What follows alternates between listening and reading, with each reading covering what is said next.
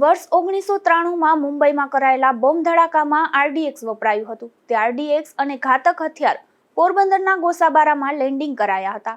જે કેસમાં પોરબંદરના કુખ્યાત મમુમિયા સહિત 9 આરોપીને જામનગરની ટાડા કોર્ટે સજા ફટકારી છે. વર્ષ 1993માં સમગ્ર દેશને હચમચાવી નાખનાર મુંબઈ બોમ્બ ધડાકામાં વપરાયેલું આરડીએક્સ સહિત AK-46, AK-47 અને હેન્ડ ગ્રેનેડ સહિતના ઘાતક હથિયાર પોરબંદરની બાજુમાં આવેલા ગોસાબારા ખાતે લેન્ડિંગ કરાયા હતા અને ગોસાબારાથી આ જથ્થો મુંબઈ મોકલવામાં આવ્યો હતો, જે અંગે જામનગર પોલીસ સ્ટેશનમાં ગુનો દાખલ કરવામાં આવ્યો હતો.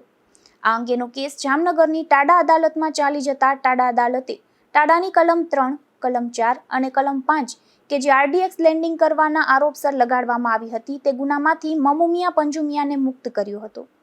જ્યારે કે ઘાતક શસ્ત્ર AK-46 અને AK-47 રાઇફલ મળી આવવાના ગુનામાં મમુમિયા પંજુમિયા બુખારીને 5 વર્ષની કેદની સજા ફટકારી હતી.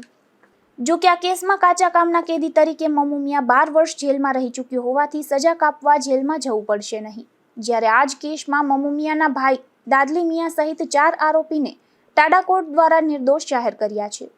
આ કેસમાં મમુમિયા અન્ય 5 આરોપી વતી જામનગરના વકીલ પરેશ બુચ રોકાયા હતા. નિપુલ પોપટ સાથે અશોક થાનકી, ગુજરાત ન્યૂઝ, પોરબંદર.